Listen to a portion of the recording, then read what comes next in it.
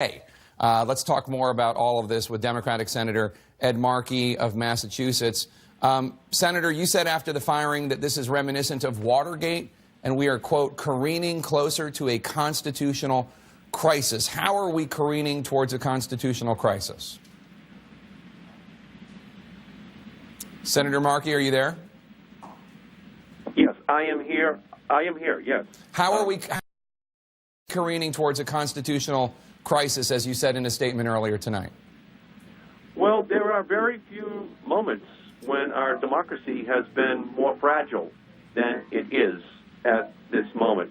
What the president did is an insult to our Constitution, and we have to ensure now that the Congress exercises the role of checks and balance to ensure that a president cannot fire the person conducting an investigation of that president. And that is after President Trump himself called the investigation a taxpayer-funded charade and a hoax. So we know that this is, in many ways, a cover-up. It's an obstruction of justice, and it is something that ultimately could turn into Russiagate, because that was the subject of the investigation that Jim Comey was, in fact, probing this White House and the campaign that Donald Trump ran to win the job. But Senator, you call it a cover-up. Do you know that for a fact, or you just suspect that? I mean, a lot of Democrats had a lot of issues with James Comey. Rod Rosenstein, the Deputy Attorney General, voiced a lot of those concerns. Frankly, the letter could have been written by you. And then apparently, and maybe you don't believe this, but apparently Rosenstein submitted the recommendation to Attorney General Sessions, who then told President Trump, and President Trump said, okay, if he doesn't have the confidence of the agency or the Congress, then I will seek his resignation. I mean, do you have evidence that that did not happen? Well, if the reasons outlined by the Department of Justice are really true, then why fire James Comey now and not months ago?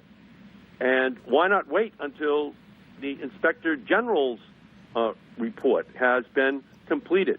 I believe that this goes right to the heart of this compromise of our election by the Russians and the subpoenas which were being issued by James Comey and the FBI of General Flynn, of General Flynn's associates, of others who were being probed because of their connections to the Russians during the campaign and after the campaign, and otherwise, this actually makes no sense.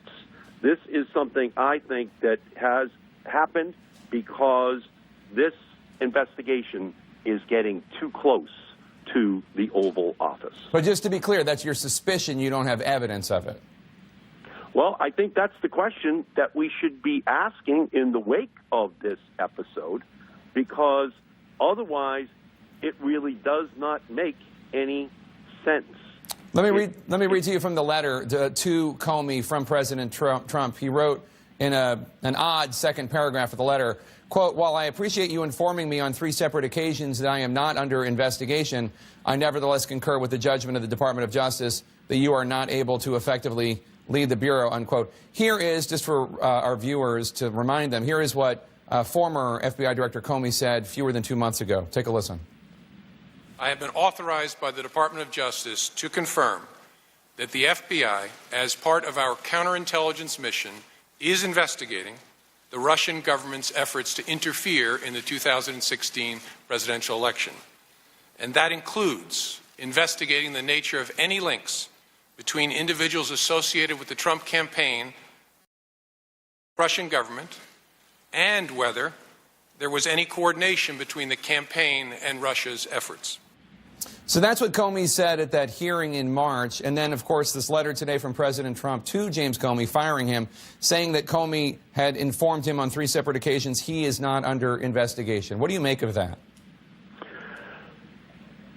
I think that, first of all, that was an extremely curious way to fire someone by leaving the impression that Comey had cleared him and his White House and his campaign of any wrongdoing, any relationship that was inappropriate with the Russian government, because I do not think that there have been any conclusions that can be reached with finality with regard to that subject. There are subpoenas that are being issued right now to those who are related to General Flynn and his activities and others who are being investigated by the FBI.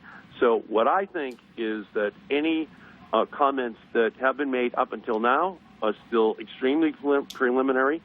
There is a House and a Senate investigation, but I think for this purpose, most importantly, an FBI investigation, and the person being investigated just fired the person conducting the investigation. And I think that as a result, in order to ensure that our democracy gets the answer to whether or not there was a compromise of our most sacred institution, free and fair elections, that there be a special prosecutor that now gathers all the facts and presents them to the American people, and then ultimately asks the question, what did the president know, and when did he know it? That now is the only way that we can proceed, given the fact that James Comey is now a modern-day Archibald Cox, who has been fired as the chief investigator of a sitting president of the United States. Senator Ed Markey, Democrat of Massachusetts, thank you so much. Appreciate your time.